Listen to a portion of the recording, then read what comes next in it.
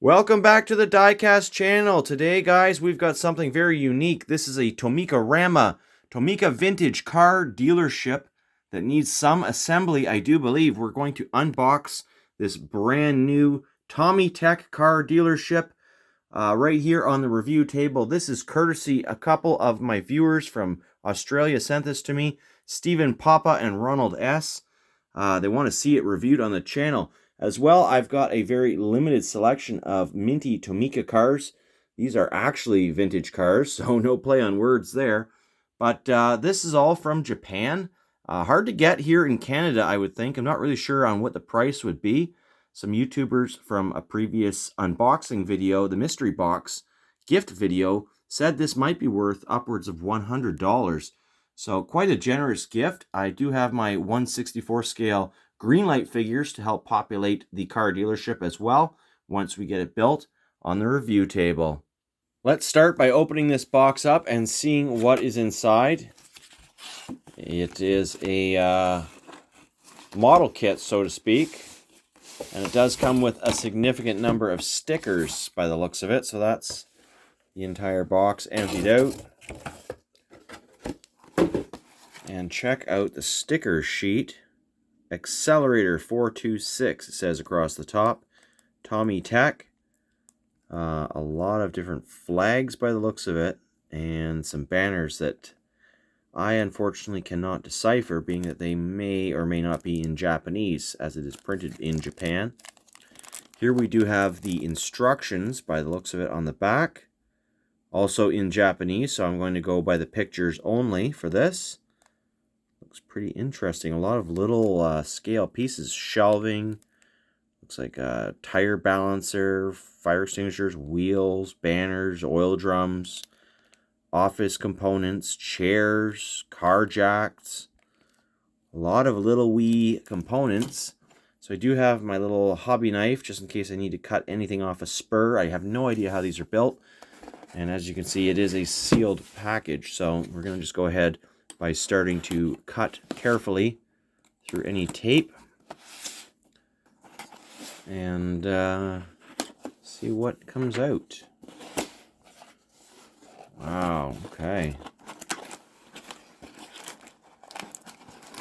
First bit out appears to be some street lamps or something. I'm not really sure, but yes, they are on a spur. That's what this plastic bit is called all the way around the model.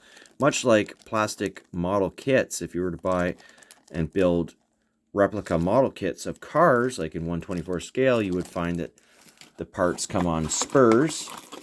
And even board games, whoops, they do come on spurs as well. So it's a styrene plastic, I do believe. And I have no idea what these components are. I'm really going to have to use my puzzle abilities. Wow, look at that. Mostly assembled is the actual garage itself. If we look at the packaging, really probably isn't that much assembly required. As you can see, here is the part that I just took out, and it does have some signage which will attach to it up top. But check out the details on the doors. Get it out of this plastic bag, that'll help slightly. Nothing left in there. And the doors actually open. Isn't that cool? Very high quality feel to it. Looks very straight. And it is a plastic, but very crisp parts on it, as you can see. And check out how transparent and shiny those windows are. Not sure if the roof comes off yet. I'm just checking out the whole thing all the way around. Super impressive. Looks to be built on a platform. From Tomytec is from Japan, but the items are made in China. Yes, the roof does open. And I guess you can get pretty crazy with your customizing skills if you want to start populating the inside of the garage or the showroom, however you want to look at it. It looks almost more like a showroom. It's about the size of a garage, but I imagine it's supposed to be more like a showroom slash garage, I guess. It could be a used car dealership. That's what I'm going to basically populate this as, because as you can see by my Tomica car collection, a lot of vintage cars in this collection, and so it would be fitting to have this wide variety of vehicles for this video as a used vehicle dealership. Okay, whoa, there's a bunch more stuff. Look at these interesting little rainbow flags or decorations of some kind. And there's the furniture. We've got a gas pump. Looks to be a desk or something. Desk and chair, maybe a parts table, or is that a billiards table? Almost looks like a billiards table, but it's too small. Some transparent shelving, extremely detailed. One drum, one little fuel drum. Let's put it next to a green light character and see what the scale looks like. That looks right. So truly 1/64 scale seems to be the standard across the board between Tomica and green light, just a comparison there. So we've got that. Some more accessory bits and bobs. We've got some acetylene oxygen tanks by the looks of it. A couple fire extinguishers. Some faucets on yellow piping. Don't know what those are. Wow, you even get some wheels. Oh, and there's a dude. There is a dude. There's a mechanic right there. Let's do an old side-by-side next to this fine young lady with her purse, clutching her purse. Looks to be about pretty close. Pretty close in scale. Either this guy's monstrous or she's quite small. One or the other. Let's go side by side with... Oh, lost that guy. All right. We'll go with the salesman that I was going to use. Okay. Looks about the same. So very cool. And more parts as well. So we've got some wheels that we're going to put in to the into this production. A couple more items. Sales desk. Very detailed sales desk by the looks of it. I'm going to have to slice open all these little packages off camera. Some extra packaging. Ooh, what do we got here?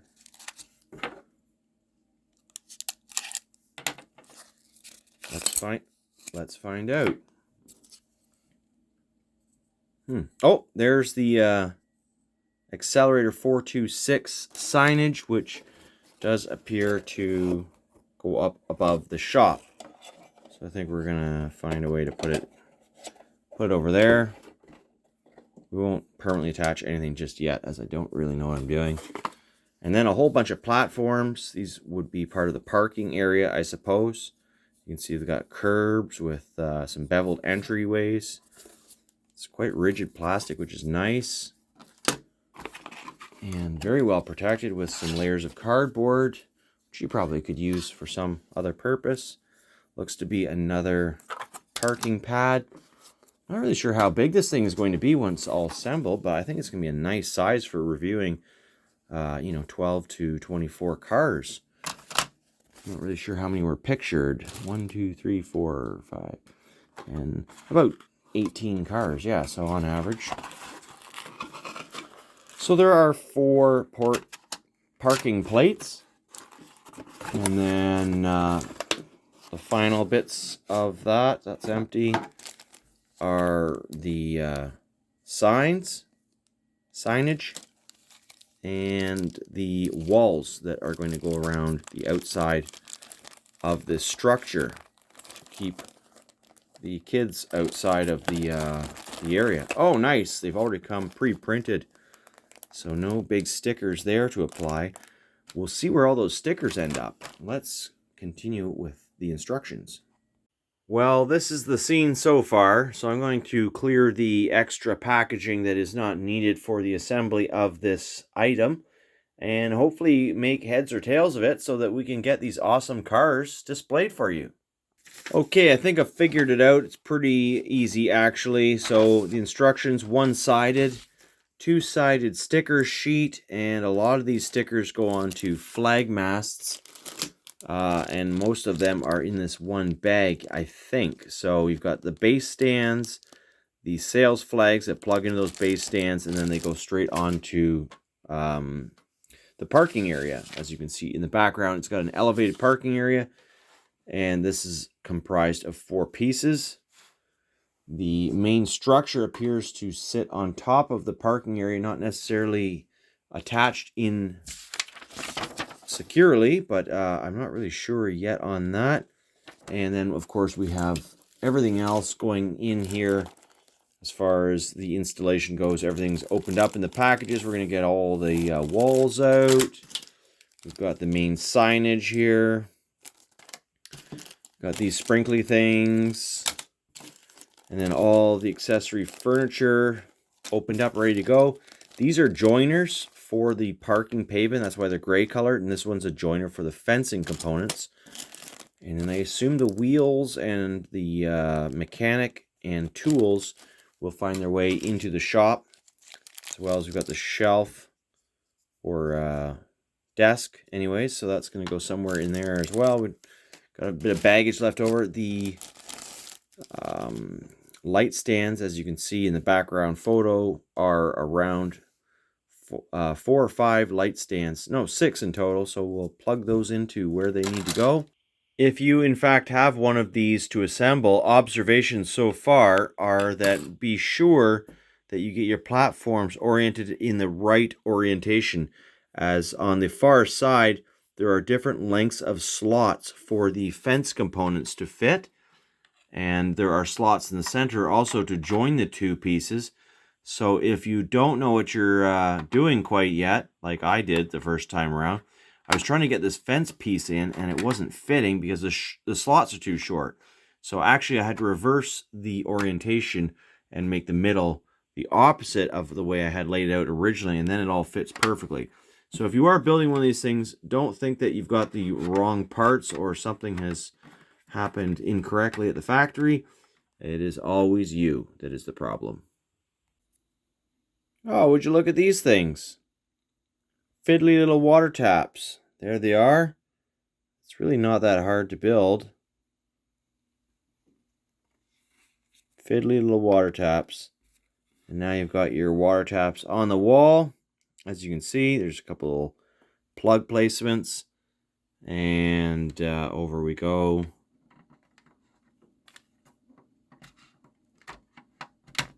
Nice tight fit. Now you're probably going to want some sort of platform underneath this if you're going to be moving it around. Although it does stay together, I wouldn't say it's exactly rigid. And the more things you put on it, including these little signages that we're getting in place here, the more things are bound to fall off it if you start monkeying with it. I really do have to point out that the quality of the parts is second to none. I've never seen such high quality parts. Certainly not on any model kit you've seen in North America. I mean, check out these little fire extinguishers. You can actually stand them upright without any trouble whatsoever if you so choose. And then the acetylene tanks, there's literally no flashing on any of the parts. And I'm just going to give you a quick demonstration of how to get parts off of the tree. Don't cut yourself. Oh, yeah, no, don't cut yourself. I mean, there's a variety of ways to do this. This is probably the hardest way to do it because I'm actually like trying to do it while filming. But I would recommend you put your parts tree down on a surface you don't care about, so that you can actually like just slice through with some pressure without risking cutting off the tip of your finger or breaking the plastic. From there, once you get one end free, you can actually do a twist to remove. And check out the quality of the plastic. You can see there's almost no flashing whatsoever on it. So really, you just don't want to twist the structures so they become distorted. And from there, we can go ahead and plug in the light in the far corner. Just like that. Sweet. Now we got some illumination. For instance, this is much easier if you do it this way. You see? You see how clean these come off? You don't need to risk life and limb to build a model kit. You just need some precision tools, like a hobby knife, and some patience and a good work surface, like even a piece of cardboard works well. Best of all, even in case you're a complete numbskull when it comes to removing lampposts, only 5 are needed to build a model. and they give you 6, so you can totally destroy one without any problem. Not that you should. Next up, let's build these colorful little banners that can go over the cars in the sales yard. Let's just take a closer look. There we have one over the white, looks to be a Toyota Crown Royal perhaps, and one over another gold Crown. So anyways, we're going to build those. Just going to tilt the camera down. And these do not actually plug into the diorama itself. You just need to carefully remove them from their parts tree. So I want to just kind of illustrate what I was talking about with the lamp posts. You really do want a sharp implement, and you may have some flashing left over. As you can see, there's a little nub, but that's not going to affect anything. You can sand that off, or you can even try to use your razor blade to try to trim it better. As you can see, trimming it better. And then you've got the platform here where it plugs into. So again, keeping in mind what is needed and what is not. And away you go. So minimal flashing, sanding requirements. And again, you can use your knife potentially as a way to shave off little bits and bobs of things you don't need. And then, of course, now you can construct the colorful banner that is to go over the vehicle, which, you know, is going to look something like this. From what I can tell in the parking garage. Like, woo, fancy! Toyota RX-7 for sale, high price, yeah. No, I don't know. That's just my salesman's voice. But anyways, that's what I came up with. My used car salesman. I'm not going to say that everyone is different. It could have a very fancy deal. We have a fancy deal here. Look at the expensive vintage car. We could use a variety of tones, really. As you can see, this thing is really coming together. However, the instructions are pretty much done at this point as far as where to go next. It does have the itemized parts list of small bits and bobs, such as furniture and fuel barrels and equipment. However, the main assembly of the parking area is complete, along with some of the accessories, such as the light posts and the colorful banners that go over each car. And we don't really have too much left, really, to add to this thing other than the counter display piece, fire extinguishers, acetylene tanks, wheels, a character, a car jack. So we're just going to dump all that out just so we can see what we're left with. Some fuel pumps, a table, a chair, a desk, a couple pieces of shelving, and one, did I say a fuel drum already? So this is what we've got left to populate this very, very detailed car dealership with. We do have, as I said, one spare light as well, although there's nowhere to plug it into. So we'll just leave that for now. But now we've got the building. We've got the sign, which just clips onto the top. You could glue it in place if you really wanted to. However, the roof is removable. And looking inside, I don't see any peg placings for anything. So whatever you do put in here, if you don't glue it down, it's likely to move around.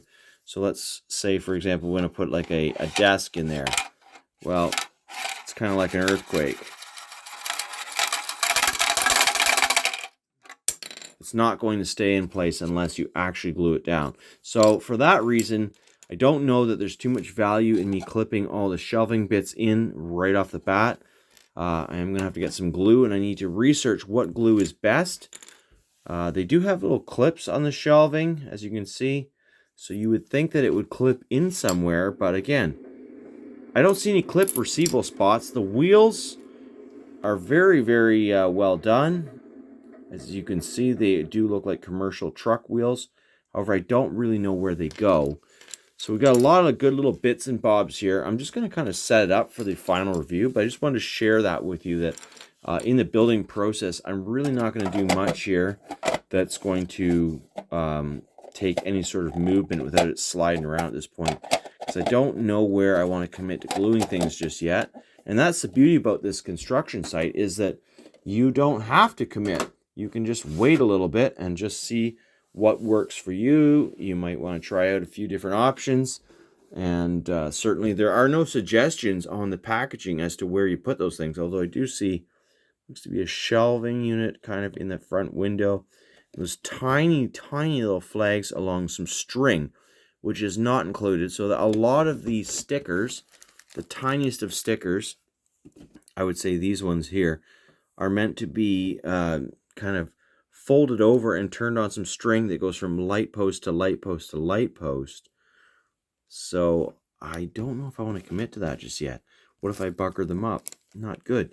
And then they get smaller still. I don't know where the numbers go.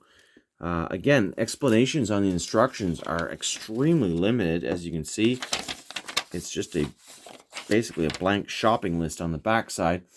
We do know where some of the stickers go. The taller stickers do fit on both sides of these flagpoles, which come with a base. And you can see them at the front of each of the cars. However, that kind of limits where you can put the cars, in my opinion. So, not a big deal, but I think I'll probably start with that, if anything, and save the string-mounted flags for, you know, I don't know. I'm worried the stickers are going to peel back, as often small stickers do, but I don't really know because it is made... you know, it's a Japanese company made in China. It might have a high enough quality glue that it will adhere and hold. But my worry is that over time the stickers will spring apart and fly apart. So unless I really commit to that idea, I'd almost want to like laminate the stickers on the string so they can't just pop apart and fall off. What do you guys think? Let me know. If you've built one of these things, especially, let me know in the comments. I'm really quite curious. I've populated my car sales shop and dealership as best I can. As you can see, it looks quite lifelike. I'm going to pop the roof off just ever so temporarily so that you can get a better visual of what's going on inside. Got a desk set up, some shelving, sales counter, and whoops, the fire extinguisher is knocked over. On the other side, we've got some tires, acetylene tanks, fuel drums, table, jacks, and I guess we're going to send a car in there soon. But first, we're going to just place this thing. And if you're careful, you might not knock over everything. But I don't know that you're going to really notice because it's pretty dark in there. Oh no, what a disaster. What happened? What happened? Looks like there's a bit of an earthquake going on there. I don't really know. So send a car in there because, I mean, some of these cars need repair. I don't know. And we'll send the 280Z in there for repair, guys. I don't know. Actually, I'm having way too much fun here. So let's get some of the other cars out on the platform. And maybe we'll send 2 cars in there. I love it. I absolutely love it. I am going to do a lot of reviews with this for upcoming M2, Greenlight, and Auto World stuff. Anything that warrants such a nice diorama because I really do like it. And if I could fit this thing into the junkyard diorama, man, wouldn't that be cool, guys? Like if I could actually somehow add that to this. I don't know. We'll try. Maybe we'll try. I'll let you know with a video if I can.